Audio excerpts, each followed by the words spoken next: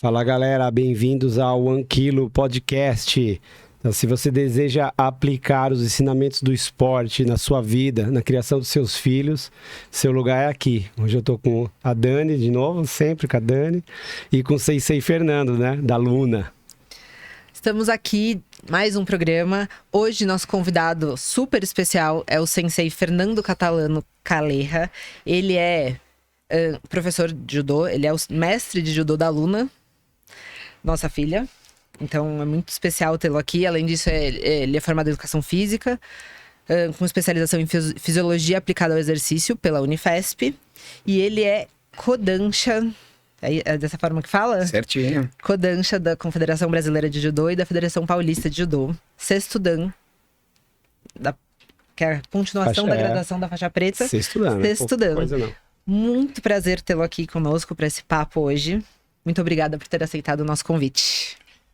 Muitíssimo obrigado. Olha, para mim é uma honra, uma grande alegria estar com vocês como profissionais da área da educação física, da saúde, do bem-estar.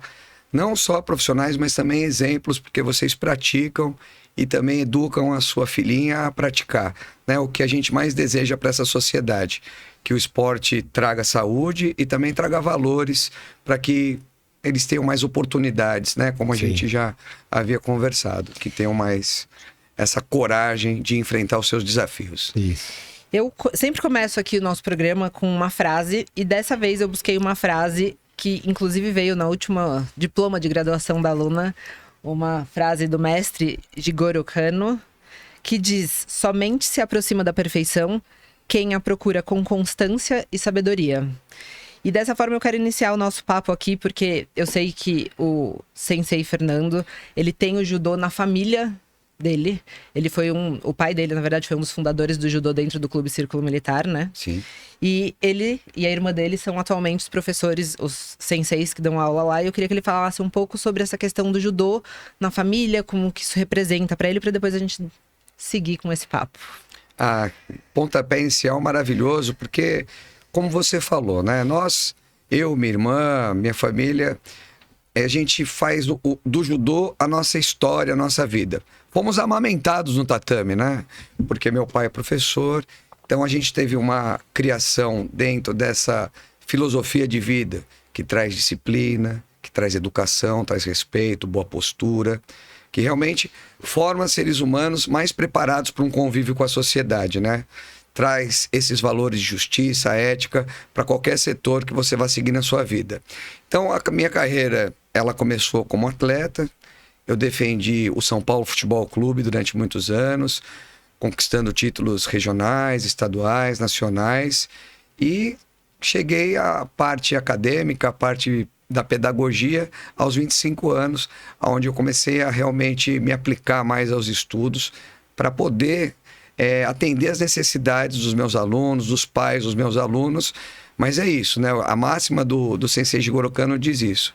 Se você tiver constância, tiver humildade, saber que a cada dia você pode aprender, e principalmente aprender com o outro, não só num livro, não só assistindo uma aula, mas aprender na convivência, com certeza isso vai te trazer mais conhecimento e vai trazer para você mais benefícios no sentido de atingir metas profissionais, metas dentro da sua vida sentimental.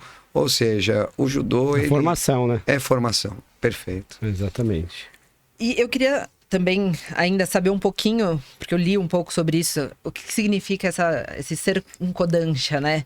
Eu vi que tem muito a ver com a proficiência, com a postura, com ter um comportamento ético, profissional, um grau maior de responsabilidade. Queria entender e fazer com que as pessoas também entendam essa coisa, porque as pessoas às vezes veem a arte marcial como, é uma luta, cheguei na faixa preta, ou eu quero chegar na faixa preta, e é só isso. E tem muito mais por trás disso. Muito mais.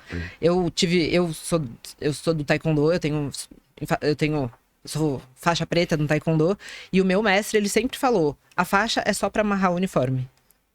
Não, tem muito mais por trás disso. Sem dúvida, né? O conhecimento, ele tá aqui dentro, né? Independente da sua graduação. Mas a pergunta de vocês, ela é bacana porque ela esclarece para as pessoas o que é a graduação, né? Sim.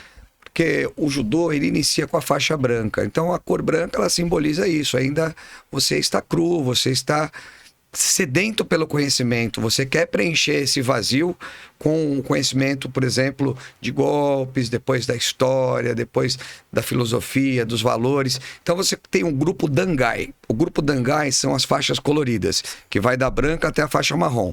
Né? As faixas oficiais é branca, cinza, azul, amarela, laranja, verde, roxa, marrom. Então, grupo Dangai.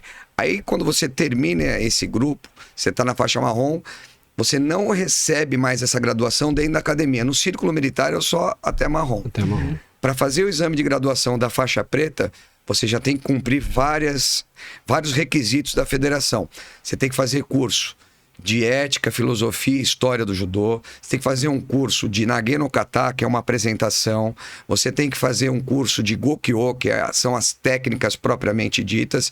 E você tem que contribuir como colaborador nas competições como oficial técnico. Você trabalha de mesário. Que legal. É muito bacana, porque é um processo que dura 2 anos para você atingir a faixa preta. Você viver aquilo lá dentro, né? Não só na aula, não só no tatame ali como praticante, mas faz você se envolver mais com o esporte. Exato, você aprende fazendo. Eu acho que quando a gente aprende na prática, o conhecimento ele grava mais. Sim. E esse é o segundo grupo. Acabou o Dangai, que é até a faixa marrom, você entra num grupo chamado Yudansha. Yudansha é como você falou, também tem no Taekwondo. Então tem a faixa preta primeiro Dan, segundo Dan, terceiro Dan, quarto Dan e quinto Dan. Em cada uma dessas graduações, esses 5 Dans, você fica 5 anos. Então, bastante também. Muito, é verdade. Uma faculdade, né? Exatamente. Eu associo também como se fosse um currículo escolar. Desde a faixa branca, você está lá na educação infantil, ensino fundamental, chega lá no ensino médio na faixa marrom, chega na faculdade na faixa preta. A Kodansha seria o mestrado. Porque aí você já tem todo um conhecimento amplo, global do judô, né? Tecnicamente, de regras. Você vai para o aprofundamento. Só que com uma responsabilidade muito grande. Porque a palavra Kodansha, ela, quando você traz para o português, ela significa condutor. Então você passa a ser um condutor do judô. Você tem que fazer algo a mais, né? Você tem como num mestrado, num doutorado, que a gente tem que apresentar uma pesquisa científica diferente, algo que pode transformar a sociedade. No judô a mesma coisa. Então você é avaliado de acordo com o que você já produziu para o judô. Os faixas pretas, a semente que você joga nas pessoas para elas continuarem no processo, a tornarem-se professores, ou como até você mencionou, na vida profissional, ser um faixa preta. Exatamente. Ter aquela disciplina, uma postura diferenciada, né? Onde você chega, puxa vida, que postura tem esse jovem, que postura tem esse senhor, como fala com humildade, não fica o tempo todo se gabando. Então, é bem por aí. Então, a Kodansha, ela é uma condução, algo que você tem que fazer diferente, e essa responsabilidade de você ser um exemplo sempre para os menos graduados. E os que vêm depois, né? Uma formação de vida. Você cria o exemplo, né? Você lidera pelo exemplo. Perfeito, é isso mesmo. Pelo exemplo, porque aí vão passando de gerações a gerações. Quem sempre vai vir querer uma faixa preta vai estar progredindo esse processo, né? E querendo se evoluir nesse processo, independente até de ser um atleta. Não precisa ser só um atleta, né? O cara pode ter a profissão dele normal, mas vai ter a família dele e vai passar isso para a família, para os filhos, para a vizinhança, enfim, né? Não, legal perfeito. Essa ideia. E sabe o que é o mais bacana? Você não tem uma idade para começar. Você pode começar de criança, com uma aluna linda, né? Que está se formando de pequenininha dentro do judô. Mas eu tenho pais que se apaixonam pelo judô e começam a praticar com os filhos. Exato. Sim. E assim, eu tenho alguns casos no próprio círculo militar de pai que conseguiu atingir a faixa preta junto com o filho. Que legal. Fizeram a prova juntos, assim. Eu acho que eu não tive esse prazer. Né? Mas é algo assim que deve ser extraordinário, né? Com certeza. Um rito de passagem que vai além ficar de fortalecer mais ainda essa ligação entre pais e filhos, né? Exatamente isso. A gente já teve outros podcasts, inclusive com pais que tem filhos atletas ou que tem filhos dentro do esporte, e aí a gente tem essa coisa, e ele mesmo falou assim, isso fortalece, porque a criança, ela vai crescendo, vai se tornando adolescente, ela vai se afastando naturalmente um pouco da família. Não tá mais tanto dentro de casa, começa a ter o círculo de amizades, começa a ter os programas com os amigos. E aí aquele momento no esporte, junto, é um momento de união. Então imagina, chegar na faixa preta, ou então se graduar junto com o pai ou com o filho. Você cria os filhos pro mundo, na verdade, né? E o esporte pode ser esse laço que você vai ter até com o seu filho eternamente. De treinar junto alguma coisa, uma modalidade, vir e achar... E sempre vai ter aquela ponteirinha que o cara vai lá, vamos fazer um treininho junto. Isso é legal. Perfeito. E passa pra fora do tatame. Lá tá fazendo... E a resenha? Exatamente. Chega em casa, pai, eu te derrubei dessa vez. E o seu filho treina? Sim, meus filhos todos treinaram. Eu tenho 3. Tá. Tenho a Beatriz, né? Hoje é 24 de agosto. Aniversário. 26 Parabéns anos. pra Beatriz, então. Parabéns, Parabéns, né? Linda, professora bilíngue, morou fora do país. Hoje, realmente um exemplo para os irmãos mais novos. Ela 26, aí tem a Luísa de 24 e o Felipe 14. As duas atingiram a faixa marrom, mas elas, por uma questão universitária, elas tiveram que dar um tempo. Infelizmente, não conseguiram voltar até hoje, mas são muito aplicadas no estudo. Sim. As duas são formadas, pós-graduadas, né? E tem toda uma vivência de vida no exterior. Agora, o Filipão está na faixa roxa, ele tem 14 anos. Então, em breve, se Deus quiser, vamos ter mais um faixa preta aí na família. bom. Tem idade mínima pra pegar a faixa preta? Tem. Porque no Taekwondo tem. Ah, então, deve ser meio parecido, Eu né? acredito que sim. Quantos anos é no Taekwondo? Eu não me lembro agora, mas eu acho que tem que ser maior de idade. Tem que ser após Acima de 18. Acima de 18. É porque eu, na minha opinião, o judô também deveria. Mas o judô tem uma antecipação, é aos 16 anos. Eu não me lembro agora se o Taekwondo é 16 ou 18, mas é algo assim, quando é a maioridade legal ou a maioridade que não é... que pode ser maioridade. Que É a vida 16. madura, né? Vida Quando madura. já tem uma consciência maior, né? Porque a faixa preta, assim... Exige uma responsabilidade, né? Exige uma responsabilidade, mas ela não é um status. Sim. Ela não é pra você... Subir a cabeça, sou faixa preta. né? Não pode. Eu acho que assim, o fato de você ser faixa preta, É um eu orgulho? digo, é como o filme do Homem-Aranha. Sim. Não é que a gente cansa de falar, mas quanto maiores Os os poderes. seus poderes, maiores serão suas responsabilidades. Eu sou faixa preta, eu tenho as crianças menores, eu tenho que ter a consciência que eu sou um exemplo. Então, como eu cumprimento, como eu me dirijo às pessoas, eles estão olhando. Sim. Criança, E as crianças principalmente. olham tudo, né? Pois As crianças aprendem pelo olhar, pelo exemplo, elas olham tudo. A gente que agora é pai percebe coisas que a aluna falava, que fala, quem falou isso? Mas aí você vê é igual a Dani, aí você vê é igual eu. Aí você Exato. vê e coisas que passou despercebido, que eu nem sabia que eu fazia. E às vezes Só fui você acha que perceber ele que eu não tá falava nem ouvindo. E escuta. E às Pois vezes você acha é. que não tá ouvindo ou que não tá observando, mas tá observando tudo, absolutamente. Então, a gente chega numa questão que eu sei que tem muitos pais que nos assistem, que é pro aspecto positivo E pro negativo. E pro e pro negativo. Então, você tá lá numa discussão com a sua esposa, você tá no carro, xinga, você tá num momento de nervoso, chuta, não sei. As Tem um pessoas descontrole têm um descontrole, você... que pode acontecer. Lógico, somos seres humanos, mas o seu filho tá de olho. Tá.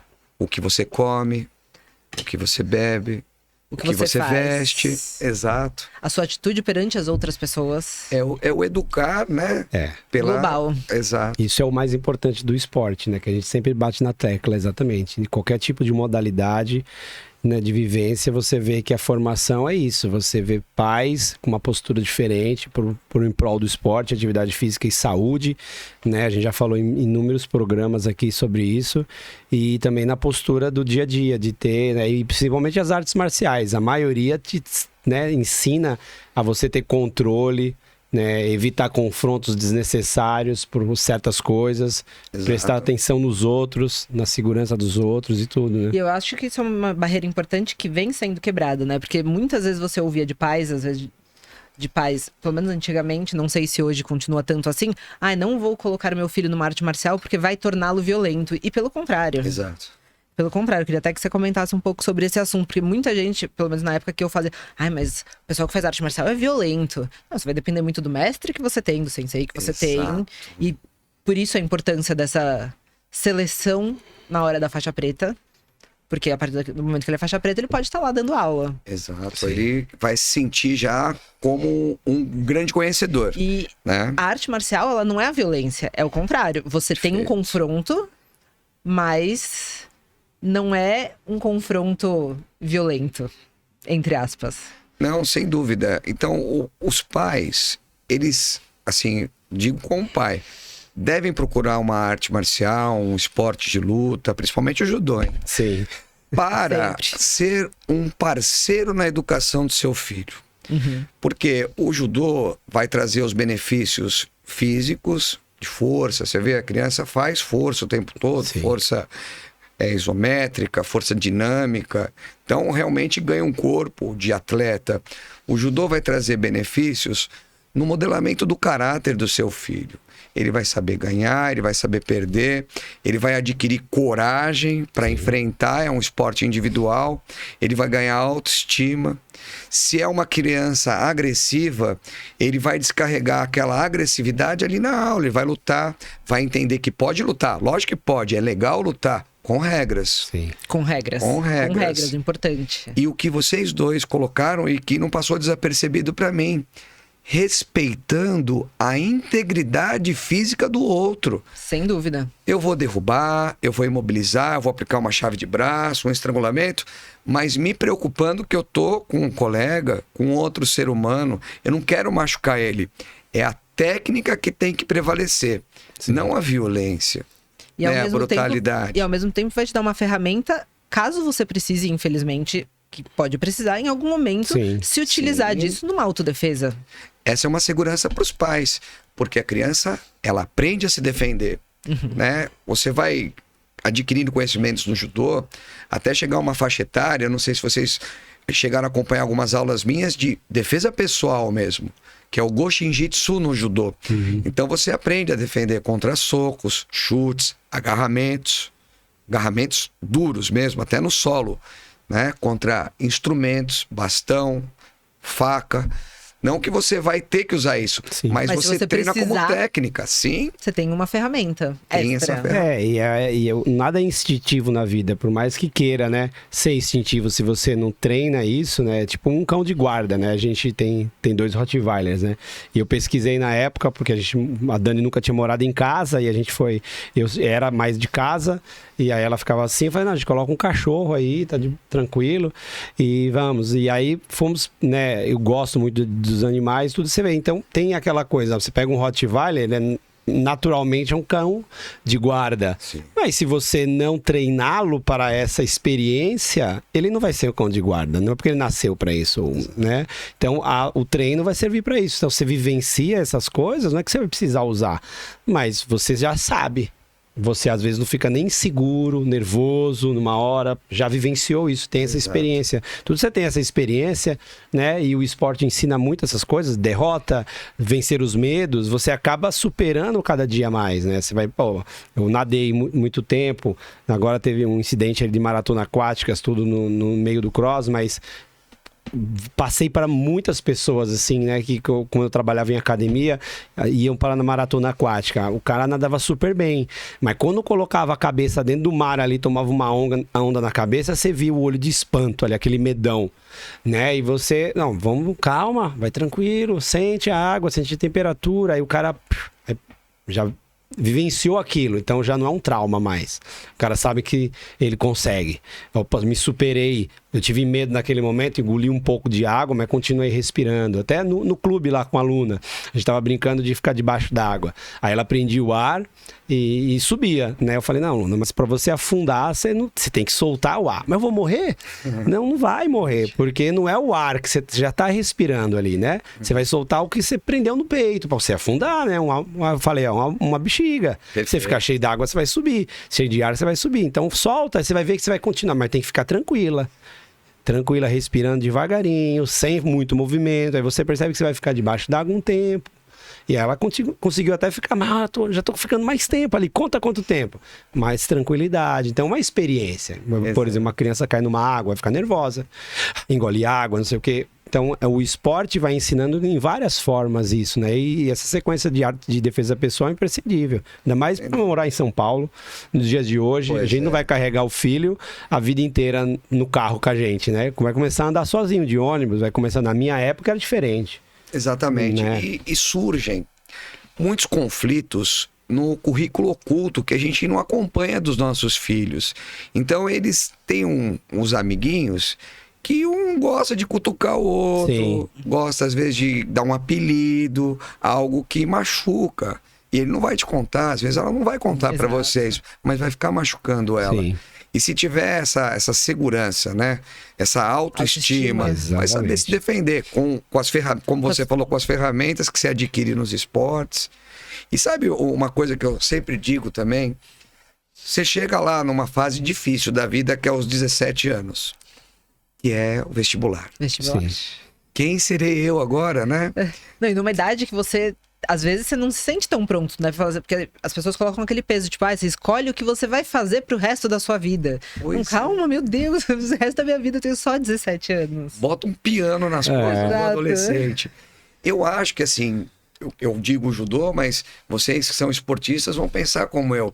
Se você fez esporte, né? Você fez luta, fez a natação, o taekwondo, você faz um crossfit, algo que você tem desafios, você vai enfrentar um vestibular de uma forma diferente. Sim, o pensamento é outro pensamento. Exato, vai saber que o treino, o estudo a contínuo, vai te dar mais subsídio para você chegar lá e arrebentar. E estar mais tranquilo porque você foi exposto àquela situação de nervoso. Pois é, você Exatamente. vivenciou, a aluna acabou de vivenciar dentro da água uma pane ali de ficar sem ar. Se ela tá sozinha agora numa represa, não tá com vocês, tá com a mãe de um amiguinho, mas ela vive isso. Vou lembrar que meu pai falou, se eu tiver ar eu subo.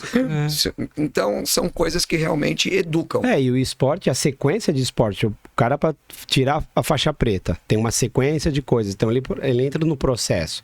Né? Vai estudar para o vestibular, tem uma linha de estudo, aí percebe que tem horas para tudo. É aquela disciplina. Não, agora eu tenho que estudar 1 hora por dia, meia hora por dia. Então você quer essa disciplina de você querer... Ter uma rotina. Tem a rotina e você ter o propósito, né? Que é a continuidade das coisas para você, não é do dia para a noite. Vou estudar um dia antes da prova do vestibular. Exato. Só sou um gênio, alguma coisa assim, fora da curva, né? Mas... a rotina, então não vai ser uma coisa maçante. Perfeito. Estou perdendo as coisas. Não está perdendo. O esporte ensina que você hoje, né, se dedica, perde coisas para ganhar lá na frente. Então o pensamento é o contrário do cara. Não vou sair com meus amigos porque eu tenho que estudar. Não vou sair com meus amigos porque eu tenho que fazer. Não, mas lá para frente você passa em primeiro na prova. Porque essa dedicação que você teve aqui atrás. O esporte ensina isso, que se você quer melhorar o tempo, se você quer aprender um golpe, né, você tem que treinar. Tudo na vida você tem que... Eu falo para aluna sempre isso. Tudo na vida você vai ter que treinar, qualquer coisa. Ela tá tocando piano, tá fazendo algo, você quer aprender a fazer isso, você tem que treinar. Só muda o treino. Não é o mesmo treino de agachar, não é o mesmo treino do judô, mas tudo é treino. Vai repetir, fazer direitinho, não precisa ser muito, mas fazer bem feito naquele momento que você está fazendo. Um pouquinho todo dia, você cria essa disciplina. Aí eu já sempre falei para ela, você pode assistir um desenho, mas você não vai perder tempo de praticar o seu piano, você vai perder tempo de praticar o judô, de jogar o tênis, aí a sua escolha. O que você vai querer lá na frente? Que é uma outra coisa muito importante que o esporte traz pra gente. Sim. Planejamento. Exatamente. Tudo tem que ter planejamento. Tudo tem que ter planejamento.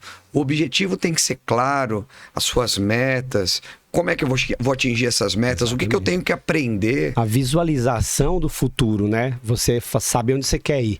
Exato. Aí você vê, qualquer pessoa célebre no esporte sempre fala isso, né? O Djokovic esse ano, no começo do ano tem vídeo dele, você campeão olímpico. Nossa. Entendeu? O cara operou o joelho, perdeu o Wimbledon, chegou na final olímpica contra o Alcaraz, eu acho que o melhor que tem hoje, e foi lá e ganhou. É aquela coisa, eu sei que eu vou fazer, entendeu? Então a visualização do futuro, né? De saber onde você quer. E isso é esporte. Todo atleta tem que ter isso, senão não vai pra frente. Sem dúvida. E tá sempre em estado de alerta e atenção, né? Principalmente numa luta. Você tem que observar o que o adversário tá fazendo, acompanhar o movimento dele. Você mais ainda pode falar sobre isso, né? pra analisar ali. Você não pode dar um golpe de qualquer jeito. Perfeito. Do mesmo jeito que na vida você não pode dar um passo pra qualquer lugar, senão você não sabe o caminho onde Sim. você chega. Exato. E uma coisa que você acabou de falar que é muito importante no judô, e é maravilhoso, é que você tem que ser mais inteligente do que forte. Por quê? Porque quando alguém te empurra, imagina que a gente tá lutando. Você me empurra, eu te empurro. Só que no meu supino eu carrego 100, você carrega 200. Quem vai ganhar na hora de empurrar? Exatamente. Você vai me jogar na parede. Só que se eu pegar os seus 200 quilos de supino com a minha remada de 100 quilos, eu vou pegar a força que você está usando contra mim, vou virar o golpe e vou aplicar no outro sentido. Você tem que usar a força do seu adversário contra ele. Se alguém você está sentindo que está te empurrando na movimentação, você puxa. Se alguém está te puxando, ao contrário, você tem que ir para cima. Por isso que o vocabulário de golpes que as crianças têm que ter, os adultos, tem que ser imenso. Porque o judô te dá esse subsídio. As técnicas do judô, elas são subdivididas de acordo com os grupos musculares. Então, quando você fala ter o azar... Interessante, né? Não é bacana? Para quem mexe com o corpo, musculação, entender a cinesiologia do judô, né? A biomecânica. Os golpes Teuazá são aplicados predominantemente com a musculatura do braço. Não é só o braço, mas a predominância de braço, você usa o corpo todo. Aí você tem o Koshi-Waza, a predominância de força, musculatura do quadril. Você tem o Ashi-Waza, predominância de força de perna. E quando você não consegue definir, você usa a terminologia sacrifício, que é o Sutemi-Waza, que você pode se jogar para trás para derrubar outro. Sabe balão, aquele que você coloca o pé? Então é um Sutemi-Waza. Ou você se sacrifica para o lado, que são golpes que vocês veem muito na Olimpíada hoje, que enfia a cabeça embaixo do braço, faz um rolamento e o outro cai. Então, olha que interessante, né? Como é importante, além das técnicas, você ter um conhecimento científico do seu corpo, saber a ação de cada músculo. Essa sensibilidade, né? Essa sensibilidade de você perceber que o cara ele tá tentando fazer isso, né? Uma leitura, né? Sem dúvida. Que você faz. Tem que ter uma concentração, vou te falar. Perdeu 1 segundo... A mosquinha passou, você olhou, você cai. E acho que para essa geração atual, né, com essa coisa de tela, etc., essa coisa de trabalhar a concentração e de trabalhar essa questão do imediatismo que a gente estava falando, eu enxergo que a geração atual, ou as gerações atuais, elas estão muito imediatistas. Um exemplo disso é você pegar a criança, ela assiste YouTube, ela assiste o desenho que ela quer na hora que ela quer. A gente não, a gente tinha que esperar a hora que o desenho ia passar, pra ver se ia passar o episódio. Vou no banheiro, põe pause. Você pode pôr pause. Eles têm muita informação, muita velocidade. E muita facilidade nessa informação. Assiste o que quer na hora que quer, para... não gostei, cansei desse desenho, muda. A gente tinha que acompanhar isso. E eu acho que a arte marcial e os esportes em geral trazem essa coisa do processo. Então, por exemplo, o judô, ele entra como faixa branca, ele precisa de um processo... Que não vai ser, amanhã eu fiz 2 aulas de judô, amanhã eu sou faixa cinza. Exato. Então, eu acho que isso traz muito esse processo, esse planejamento, esse não ser imediatista, né, com as coisas. Nossa, perfeito o que você falou. Eu acho que fica esse recado para todos os pais que estão nos assistindo. Não deixa o seu filho perder o valor da conquista. Exatamente. As coisas têm que ter valor, não pode cair do céu. Ele tem que saber o porquê que ele recebeu aquele prêmio, o porquê que ele vai a um parque, o porquê que agora vamos num restaurante. Sabe, as pessoas têm que saber que o papai trabalha, a renda é difícil. Tem um esforço por trás das coisas. Tem um esforço por trás. Imagina só, se eu só desse a faixa.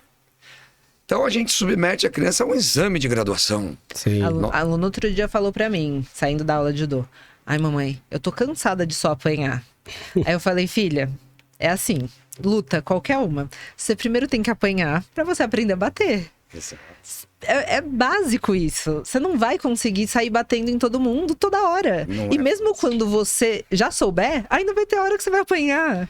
Então você tem que conviver com essa parte de derrota, com essa parte de ai, perdi, ai, foi ruim, ai, não gostei, pra você saber onde você melhora, como você melhora, pra que você melhora, e saber que você tem que se esforçar pra isso. Sim, e esse valor da conquista que você falou, acho que é o mais legal. Aconteceu um tempo atrás com a aluna, na primeira torneiozinho de tênis dela que ela foi.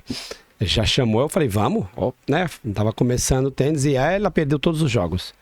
E você vê que ela ficou extremamente irritada ela é um pouquinho com competitiva. isso. Ela parece alguém que é um pouquinho competitiva. Aí ela ficou extremamente irritada. Eu falei, mas só presta atenção, tudo depende de você. Se você se esforçar, não tem problema se perder. Porque o outro foi melhor. Ok, mas você não pode perder porque você ficou, né, passou a mosquinha lá e você percebeu. Na outra de tênis, você vê que ela conseguiu já melhorar. Ela conseguiu, ganhou um jogo só, mas pô, ela ficou super feliz. Porque ela viu que, tá vendo, não joguei a bola mais forte. Eu olhei ele que tava ali no fundo, eu joguei a bola pro outro lado.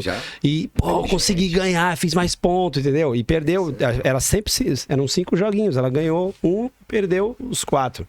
Mas valorizou aquilo ali, entendeu? Que eu acho que é o esporte que vai ensinar exatamente essa conquista de você perceber que às vezes o pessoal fica pedindo os filhos, né? Eu quero, mas peraí, não é assim. Tem que ter uma conquista, tudo. E eles vão crescer sozinhos, independente que a gente, né, fique muito do lado deles, que é aquela coisa, né, o latino-americano, o brasileiro abraça muito a família junto, né, lá fora não tem essa coisa, mas, né, a gente abraça muito, por mais que sejam próximos os familiares, a gente cria os filhos pro mundo.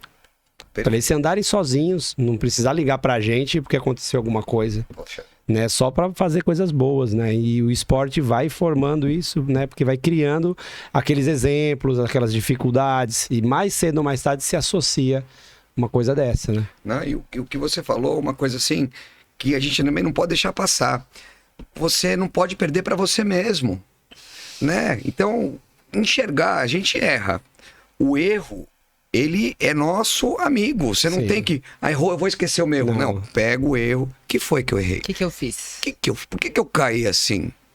Deixa eu falar com o sensei se tem um outro golpe. Ou eu mesmo penso, peraí, se ele aplicar o golpe aqui, eu for pro outro lado, eu que vou derrubar. Então tem que ter essa resiliência de aprender com o erro, né?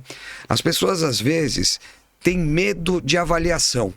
Do feedback. O feedback, né? Por que existe avaliação? Por que a Tostines... Não, desculpa, tô falando do marca. Por que até depois você corta. Uma marca maravilhosa aí que apoia o esporte, apoia vocês, avalia o produto delas. Avalia. Mesmo que a pessoa fale que não está tão bom, porque ela quer melhorar.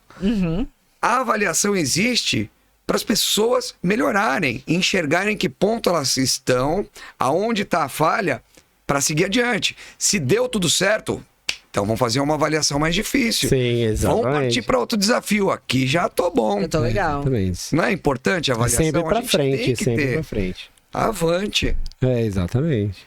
E você dá aula para bastante criança, né? Pelo menos o horário da aluna. Dá aula em colégios também. E o que você vê no desenvolvimento? Principalmente no judô, você deve acompanhar por bastante tempo, né? Até a formação. Às vezes pega aluno faixa branca, leva até faixa preta. O que você acompanha na formação dessas crianças? O que você vê dessa influência do judô dentro disso? Na mudança, às vezes, de repente, você chega uma criança que é muito agitada, na mudança lá dentro. Porque eu sei que dentro você tem aquela postura que tem que ser duro em alguns momentos tem que saber passar a mão na cabeça. Exato. Isso tem que avaliar também. E hoje muito pai fala, porque os professores são muito duros, mas tem que ser, porque a vida é dura ali. Então, me fala um pouquinho, fala aqui pra gente um pouco dessa observação, desse acompanhamento que você faz com as crianças. Pega a criança há muitos anos, né? 10, 15 anos com o mesmo. Então, essa é uma felicidade que eu tenho. Que às vezes outros esportes não têm. Então eu tenho muitos alunos, não é poucos, que começaram a fazer judô comigo com 3, 4 anos. Hoje tem 30, 40. É uma relação. É uma relação, vira realmente assim, um mentor. Exato. Muitos me chamam de segundo pai. Eu fico orgulhoso, mas você tem o seu pai, seu ídolo, o seu grande amigo, aquele que vai te estender a mão em qualquer momento. Mas é importante na vida a gente ter mentores. É importante. Pois é. E é uma responsabilidade para o mentor que tem que passar sempre bons conhecimentos, bons exemplos. Então eu vejo, sabe, que nós temos hoje, em virtude das telas, em virtude do sedentarismo, muitas crianças com dificuldades motoras. que é uma Infelizmente. tristeza. Que não foi, por exemplo, a minha época de brincar na rua, de carrinho de rolemã, de fazer taco. Lembra que a gente jogava Jogar taco? taco. Então eles não têm mais essa experiência devido à violência, à falta de tempo. A vida está nos cobrando muito. É o crescimento mesmo, né, da cidade, assim. Sim, né? principalmente em São Paulo. Difícil você ver. A gente mora em rua, mas a aluna não tem vizinhos de rua. Ela tem o clube, né? Graças a Deus tem o clube. Graças a Deus vocês têm essa Tem o clube, que é a rua hoje, mas ela não tinha os vizinhos do lado mesmo, porque não tem nem criança na idade E não também. dá pra soltar ela na rua. E não dá porque pra toda hora soltar na passa um rua. carro, não é uma rua fechada, nada motos, disso. né? É um perigo. Então, essa deficiência motora, não é deficiência, é a pouca vivência, e aí você fica sem coordenação, sem equilíbrio. É uma falta de estímulo, né? Falta de estímulos. Então, quando chega uma criança dessa, me dá uma responsabilidade, mas eu às vezes vou sem dormir para casa. Quer dizer, eu chego em casa e fico assim, sabe, pensando, O que eu vou como eu fazer? posso ajudar, né? E você sabe que a gente tem que ter essa esperança e essa chama acesa. Porque eu vejo que ao longo do processo, aí não caminhava corretamente a passada, tá andando direito. Não, e são coisas Tá básicas, fazendo pegado, né? E exato. São coisas básicas. A criança não consegue caminhar, ou então não consegue ter um alongamento legal ali, coisa que é natural da criança. A criança nasce móvel, a Nossa, criança nasce flexível demais. sabendo fazer Mas tem que ser esse estimulado, básico, mas né? tem que ser estimulado. Tem que ser estimulado. A educação física hoje, na minha época de escola, tinham 2, 3 vezes na semana. Né? Hoje em dia, nem sei como é que tá. O MEC exige uma só. Exatamente. A aluna faz 2 no colégio dela.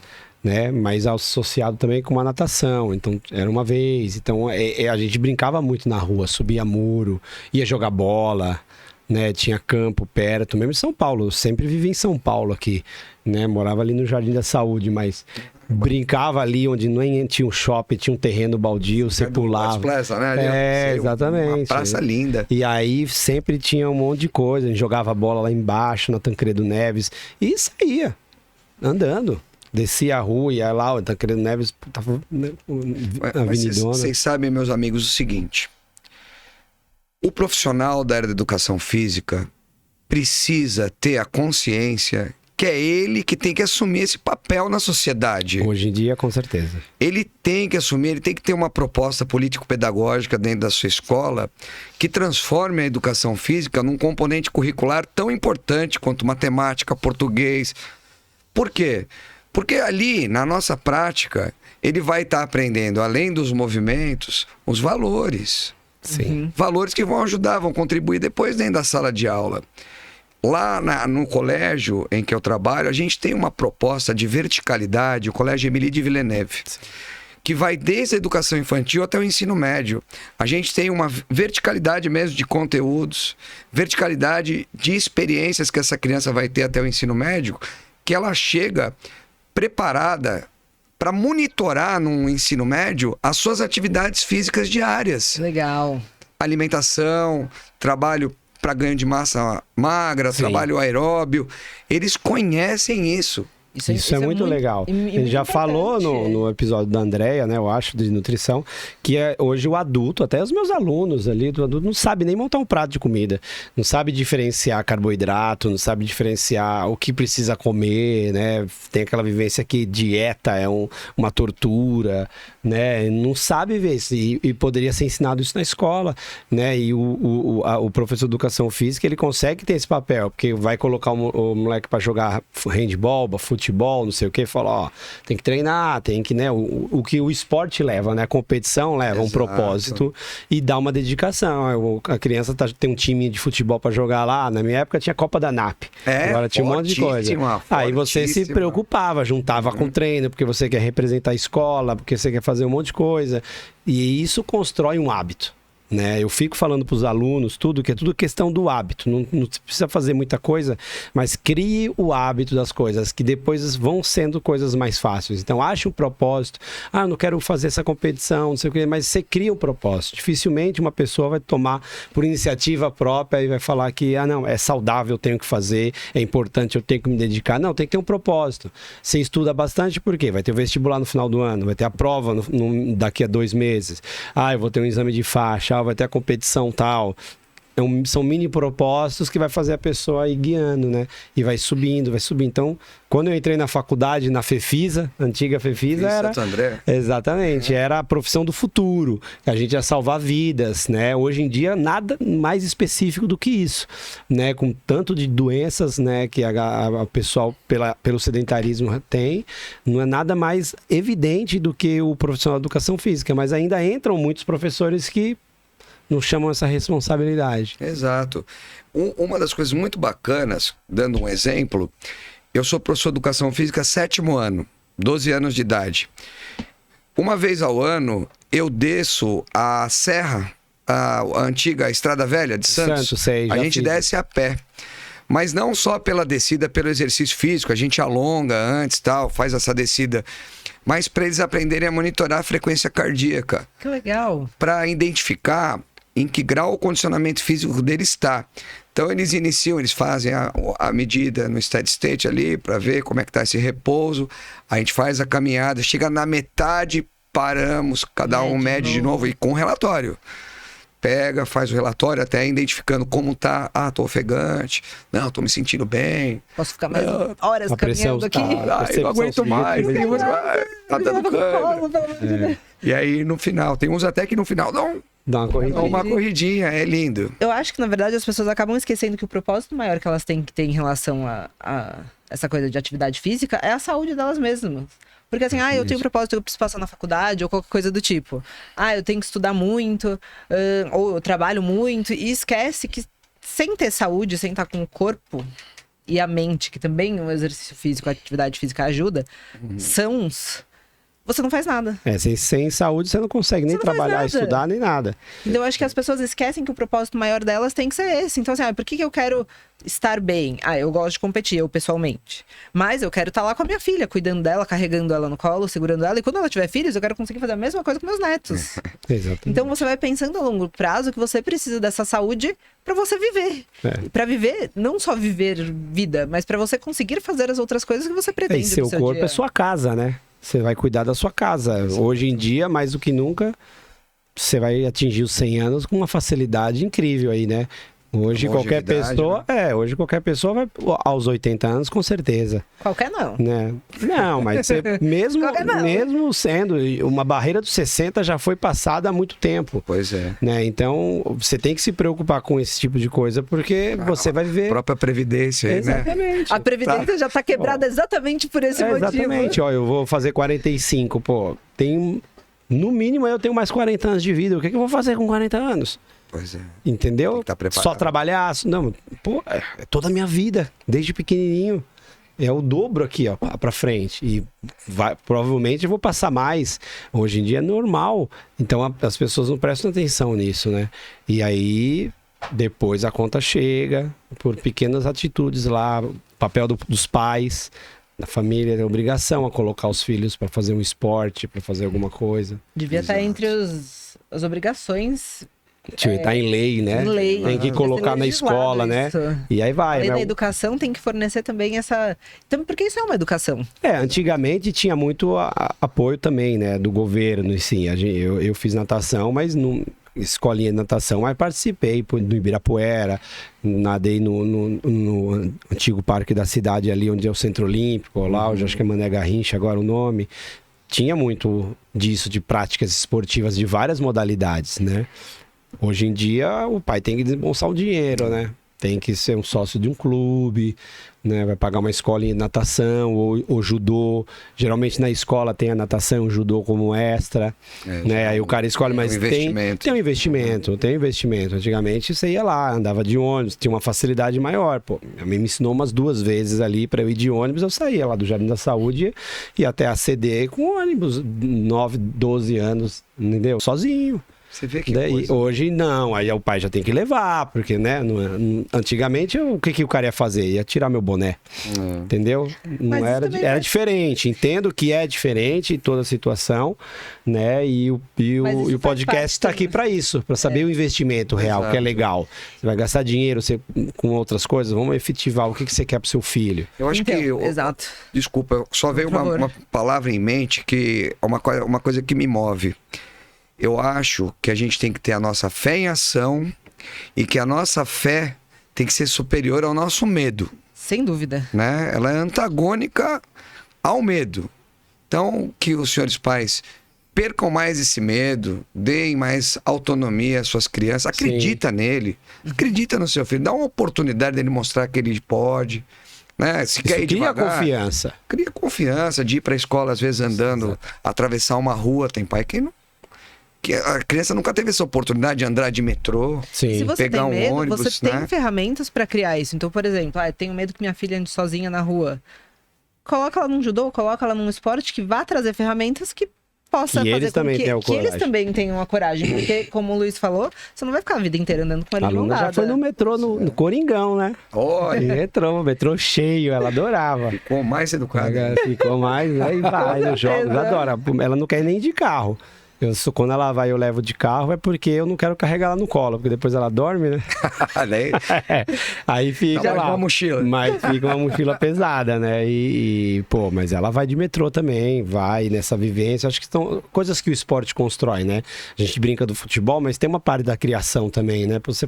Você vai lá, você leva seu filho em um momento e que você passa pra frente alguma coisa, você vê outras pessoas, você cria essa proximidade, né? E ainda mais um futebol, uma paixão Ensina a ter nacional. relacionamentos, né? Ensina a ter relacionamento com outras pessoas, ensina as coisas, ensina o momento das coisas. Lá no estádio pode falar palavrão, fora não. A alegria da Luna é essa. E Aí, pro no estádio eu vai posso falar palavrão. pode, lá dentro, mas tem que pisar na cadeira. Ai, meu Deus. Tem que pisar na cadeira, mas ela não fala muito, não. Ela fica tranquila, não é nada demais. Nada absurdo, né? É. Mas aqui tem um exemplo, né? Tá Tem um todo mundo exemplo. torcendo. Tá todo Por mundo que eu também não vou torcer, descobre né? umas palavras que o que o menino falou? E, É melhor você não saber. foi criança. Eu falei, o que tá falando do árbitro? Eu falei, não, ele errou alguma coisa, mas depois vai descobrir.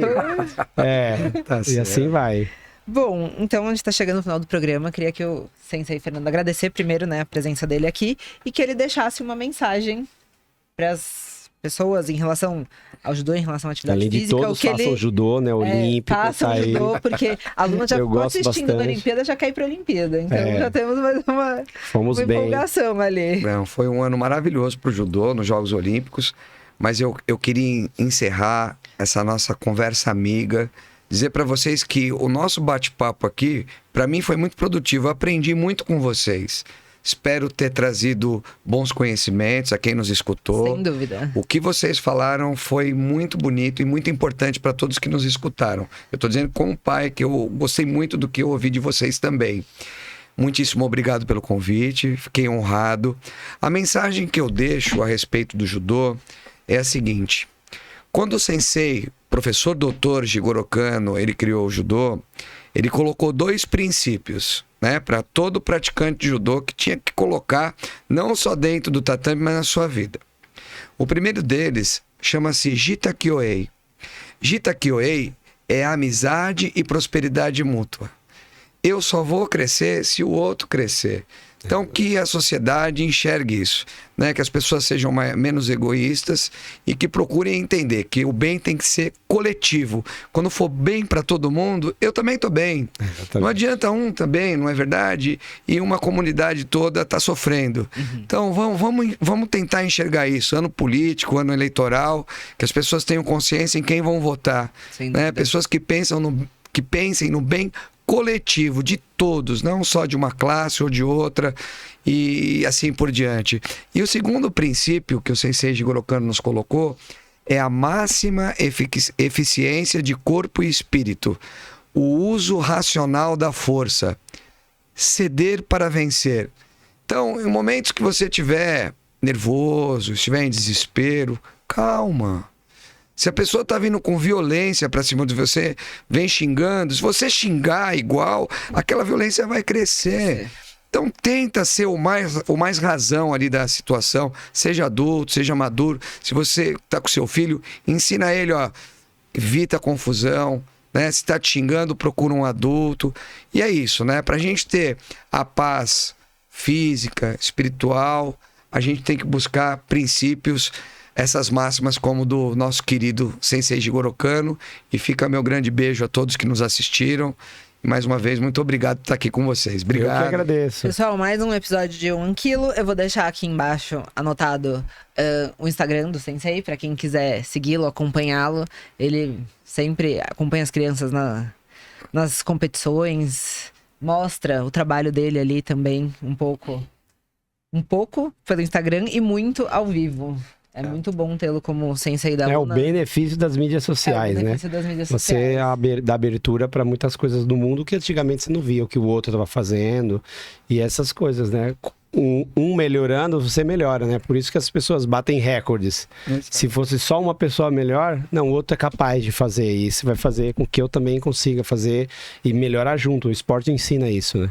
Exato. E não esqueçam que esse podcast aqui, 1 quilo, a diferença entre vencer ou perder está neste 1 quilo.